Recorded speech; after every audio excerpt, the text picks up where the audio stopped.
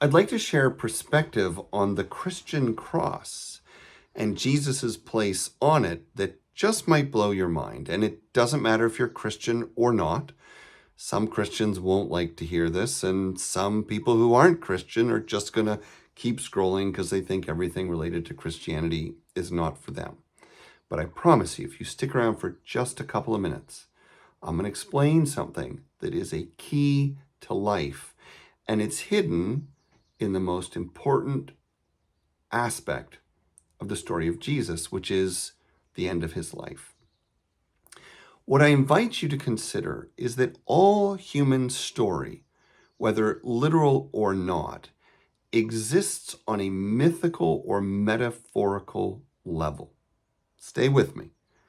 All human stories, whether literal or poetic or just for entertainment, by nature, have a mythical or metaphorical dimension. The human mind, the brain, is actually built to generate and interpret meaning. And when other people strip the meaning from something for us, very often we cease to look for it.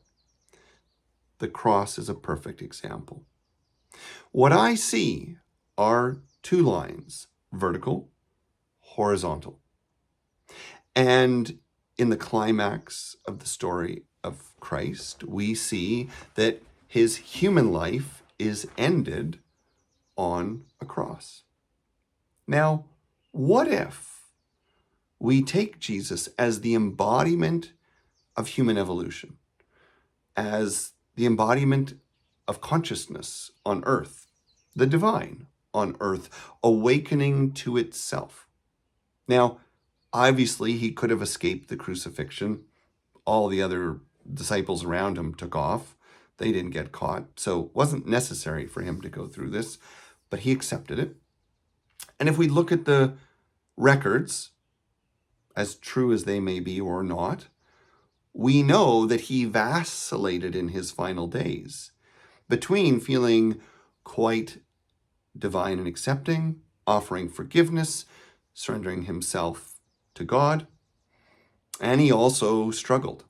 Why me? This sucks. I'm thirsty. I'm hurting. So what's going on? Well, what we see at the climax of that story is exactly the problem being presented to you, which is a perspective on life that will allow you to thrive. The horizontal line of the cross, to me, signifies this life and this world. It's relational, it's material, it's mundane, and a lot of time, it sucks. The vertical line represents ascension, transcendence, the ability for us to elevate our perspectives, our psychology, our spirituality, to grow as souls on earth. Ultimately, we are here neither to be lost and immersed in the horizontal dimension, nor to live an escapist fantasy of transcendent spiritual awakening, but to live and die at the cross of the horizontal and the vertical. And the question is, can you die to your story of life, your identity, and instead embrace the soul that you are, the expression of the universe that you are, and recognize that life exists in the balance of pursuing ultimate perspective and spiritual growth every single day while living in profound acceptance and embrace of the world and the humanity we were born into. If you'd like to explore more themes like this, you can like and follow or check out some of my upcoming classes. I'm Dr. Jonathan Ellerby, author, teacher, blah, blah, blah. I'll see you later.